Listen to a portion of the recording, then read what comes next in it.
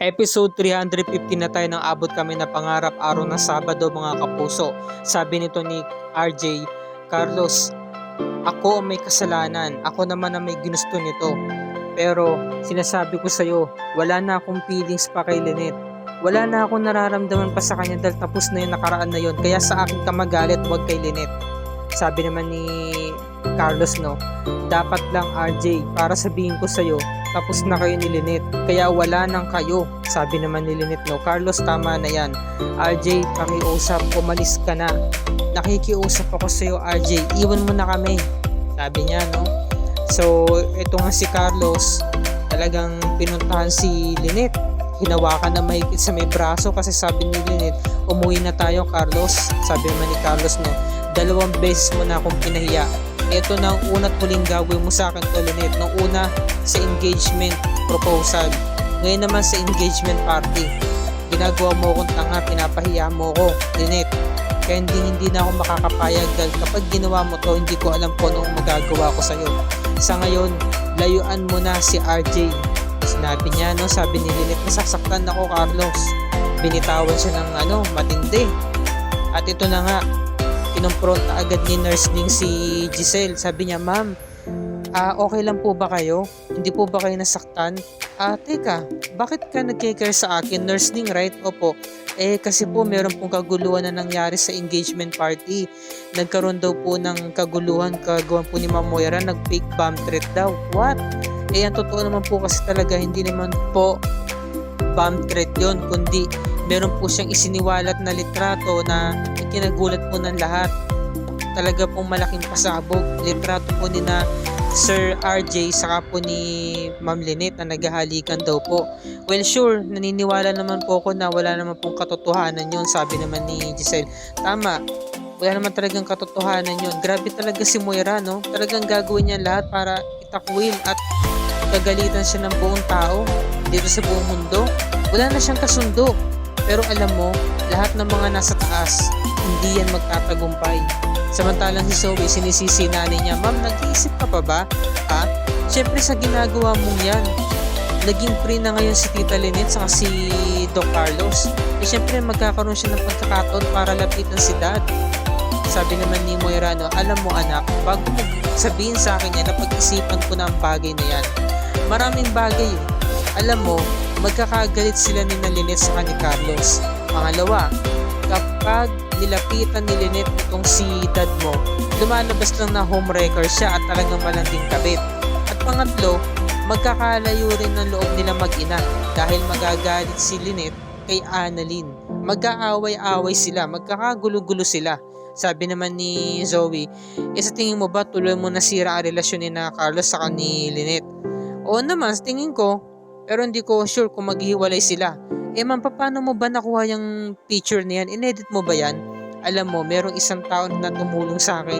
Walang iba kundi ang tita ni Risa mo.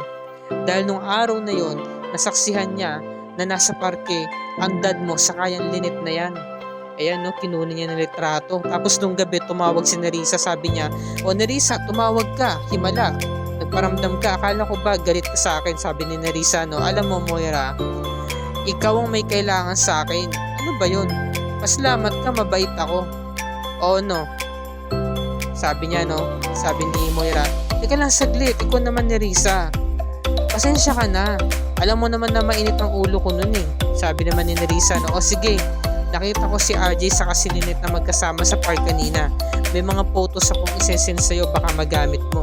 So isinend na nga ni Nerissa. Magkasundo na ulit yung dati magkaibigan. Dahil sabi nga ni Moira, alam mo naman na ikaw lang ang natitira kong kaibigan na tapat sa akin at nakakaintindi sa akin. Humingi siya ng tawad. So nung nakita niya yung mga photos, nagkaroon siya ng ideya, di ba? Na gumawa nga ng malaking pasabog. So sabi niya, alam mo, inintindi ko pa rin ang tita ni Risa mo kahit tinawag niya akong Dora. Sabi niya. Tawa-tawa ako dito eh. Biglang pumasok si RJ. Dad, ano ba to? Moira, talaga bang gagawin mo ang lahat ng to para masira si Lynette saka si Carlos? Para magkasira din kaming dalawa? Sabi niya, no, alam mo, Robert, kasalanan mo ang lahat ng ito. Kung tutusin nga, wala nga akong kasalanan eh. Ginagawa ko to para tuluyang masira si Lynette. Alam mo ba, ikaw ikaw ang totoong sumisira ng pamilyang ito. Noong una, sinira mo kami mag-ina ni Zoe. Pangalawa, sinira mo rin ang buhay ni Lynette. Samantala, dumakot tayo kay Carlos. Pinuntahan siya ng anak niya na si Harry para i-comfort. Dad, nakakarami ka na. O di ba anak, iwan mo na muna ako. Alam mo Dad, mahal ka ni Tita Lynette. Maaring nabigla lang din kasi siya sa mga nangyari. At saka wala naman kayong dapat pagsisihin eh. Sabi naman ni Carlos, tama, wala nang kasalanan si Lynette. Ang dapat magsisihin dito ay si RJ saka si Annalyn. Teka lang, ba't kasama si Annalyn? Dahil siya ang dahilan kung bakit pinaglalapit niya ang mga magulang niya. Siya ang nagiging tulay, sabi naman ni Harry, no? Wala namang kasalanan si Annalyn. Alam naman natin na gusto niya makumpleto mga magulang niya. Diba? So, doon pa lang eh, diba? Dapat si Carlos na dapat ang bubuo nun. Dapat unawain na intindihin niya. Sige Dad, maiwan na kita. Tawagan mo na lang ako kapag may kailangan ka. So sabi naman ni Moira, no? Alam mo, sinira mo na ang lahat. Lahat. Pati ang relasyon ng mga anak mo, sinira mo, pinag-away mo silang dalawa ni Annalyn. Kaya ikaw ang totoong bomba ng pamilyang ito. Wala kang kwenta. Wala kang kwentang ama, wala kang kwentang asawa, wala kang kwentang doktor, dahil ikaw wala kang saysay, wala ka talagang silbi. Sabi niya no, walang kwentang may-ari ng Apex, walang kwentang boss, walang kwentang doktor. Talagang ginawa niyang mamang si RJ, no, nilait-lait na niya. Kaya talagang si RJ na insulto na, diba? Kasi sabi niya, hindi ako natatakot sa'yo. Sabi niya, no? Sabi kasi ni RJ, tumigil ka na Moira. Talagang pinatitigil niya na si Moira dahil nga sobrang sama na eh. Hanggang sa nasampal na nga niya to. Dad, ano ba? Ano ba ginagawa mo? Sumusobra na eh. No? Alakas sa pagkakasampal niya dito. So ito na nga. Nilapitan agad ni Zoe. Ma'am, okay ka lang? Are you okay? Sabi ni Moira, no? Alam mo, wala man lang ako naramdaman na sakit sa ginawa mo. Dahil masayang masaya ako ngayon. Kahit ilang beses mo akong sampalin, sige, dito yung kanan na pisngi ko. Saktan mo ko. Wala ka rin naman magagawa. Dahil ako ang nagtagumpay sa pagkakataong to. Kasi sinabi nga ni Moira, no? At syempre, talo na naman si RJ. Kaya talaga siya nagawa, di ba? Pagkakataong ito, napakahina eh. Dapat gumawa siya ng paraan, di ba?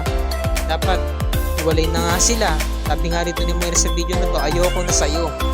Diba? Tapos na nga sila eh. Dapat gumawa na siya ng paraan. Dapat doon pa man pinakulong na niya. At bumalik na nga tong si Lynette sa East Ridge. Sabi naman ni Annalyn, Nay, ba't pa kasi bumalik pa tayo dito? Pwede naman tayo umuwi na sa bahay. Eh, kinamusta ko lang kasi si Carlos. Sabi naman ni Michael, totoo ba talaga na nagkaayos na kayo? Pwede mo naman sabihin sa amin. Kung hindi pa kayo okay, sabi naman ni Lynette, okay lang talaga kami Michael. Nagkaayos na kami, sabi naman ni Josa, no? Akalain mo kay Doc Carlos, no? Hindi man lang nagsisigaw, hindi man lang nagwala. Ang bait pa rin sa kabila ng mga nangyari. Sabi naman ni Lynette, o sige na, kinakailangan na rin natin umuwi. Sige po, Nay. Lumapit siya, aray, teka Nay, ba't ano masakit? Wala to. Hindi Nay, sige na, tingnan ko na. Pagtingin nila, merong pasa. Nay, ba't ka merong pasa? Saan mo ito nakuha? Sabi ni Lynette, no? Ay, baka nadali lang ako sa isang bagay kasi di ba kanina nag-take back trip si Moira? Nung kanina nagtatakbo tayo, baka nasagi kung saan man, di ko na kasi napansin. Sabi naman ni Chang Susan, hindi ba niya usapan? Ay, oo. Kanina nga, nadapa-dapa ako eh. Ito nga si Michael, nagtago sa likod ni Doktora. Ano, Michael, takot ka? So, sige po Nay, alis na po tayo. Samantala, na-late si Annalyn sa trabaho dahil pinuntahan yung isang pasyente nila na mismong professor pala ni na Doc RJ sa ni Doc Carlos. Ayan no. Annalyn, you're late, sabi ni Carlos. Nagalit na siya, pinagbuntunan niya na agad ng galit sa unang araw. Sabi ng isang pasyente, oh, ikaw si Dr. Annalyn Santos, tama? Ikaw ang anak ni RJ, opo. Alam mo, napakahusay mo talaga eh. Napakatalino mo. Manang-mana ka sa ama mo. Alam mo ba, isa si RJ sa pinakamatalino kong naging estudyante. Kaya nga laging top itong si Doc Carlos eh dahil sa kanya. Alam mo, magkwento ka pa. Diba nanggaling sa Amerika ang ama mo? Kamusta ang paggamutan niya doon? Sabi naman ni Annalyn. Okay na naman po si tatay, sabi naman ni Carlos. Hindi ka pa rin po nagbabago, no, Dok, no, sabi naman ni Doc. Alam mo, wag mo na akong i-sugarcoat, Carlos. Alam mo naman na may pagkachismoso ako. Sabi naman ni Carlos, kailangan mo lang po magpagaling, Doc. Tapos nagsuggest si Annalyn. Kinakailangan nga daw niyang MRI, yun nga. Nagsuggest siya. So, sabi naman ni Carlos, talagang kinalaban niya si Annalyn, nagsuggest siya sa kanya lang kung ano daw mas makakabuti doon sa doktor at nag-agree naman si Doc Lindon. Sabi naman ni Carlos, mas maigi na tong ganito, hindi tayo bumabase sa pagiging genius lamang or sa pagre-research, mas maigi pa rin talaga yung experience, sabi niya, no.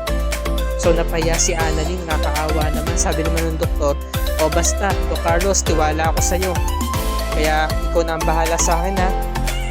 So sa pagkakataong ito, dinalhan ng kape sa kanang tinapay ni Annalyn si Doc Carlos pang peace offering ba. Meron po kasing kabubukas lamang na bakery doon. Sabi naman ni Carlos, Annalyn, pagod ako, iwan mo na ako. Doc Carlos, pasensya na po sa nangyari kanina dahil na late ako, saka po pasensya na po kagabi sa nangyari. Ano ba, Doktora Santos, di ba sabi ko pagod ako? Doc, galit po ba kayo sa akin? Gusto ba talaga malaman ng totoo? Oo, galit ako sa'yo. Ikaw ang punot dulo ng dahilan ng pagkakagalit ko.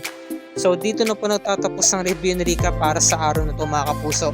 Alam ko na mangyayari dito bilang isang taga-subaybay ng Abot Kami na Pangarap. Diba binabawi ngayon ng pamilya Tanyag ang Apex. So kapag tuluyan na nga nabawi ito ni Giselle, ni RJ at ni Lolo Pepe, ang Apex ay tuluyan na nga mapapalayas si Moira. So sa madaling salita, maaaring lumipat muli or bumalik muli si Annalyn sa Apex at magkasama silang muling mag-ama. At baka ito na rin ang pagkakataon na baka tuluyan na rin umalis si Lynette sa East Ridge, no? At alam na nga natin yung mga mangyayari, di ba? Hindi pa man nagaganap, pero alam na nga natin ang mangyayari dahil sobrang toxic na talaga ni Carlos. No, pinagbubuntunan niya na ng galit itong si Lynette saka si Annalyn. Kawawa ang mag-ina. Wala man lang nagtatanggol sa kanila, samantalang si Carlos patuloy pa rin sa pagmamalinis. Nakakala mong walang ginawang matinding kasalanan. So pinepersonal niya na rito si Annalyn, no, oras ng trabaho, pero dinadala niya yung issues niya, yung trust issues niya kay Lynette, pati yung sama ng loob niya kay Annalyn, dinadala niya sa trabaho.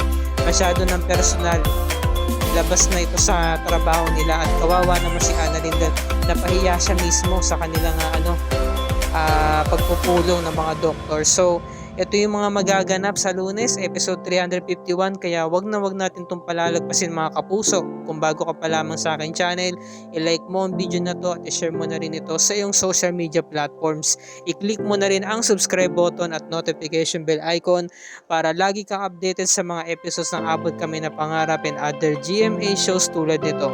Magandang hapon, mga kapuso, happy weekends at maraming salamat po, and God bless us all.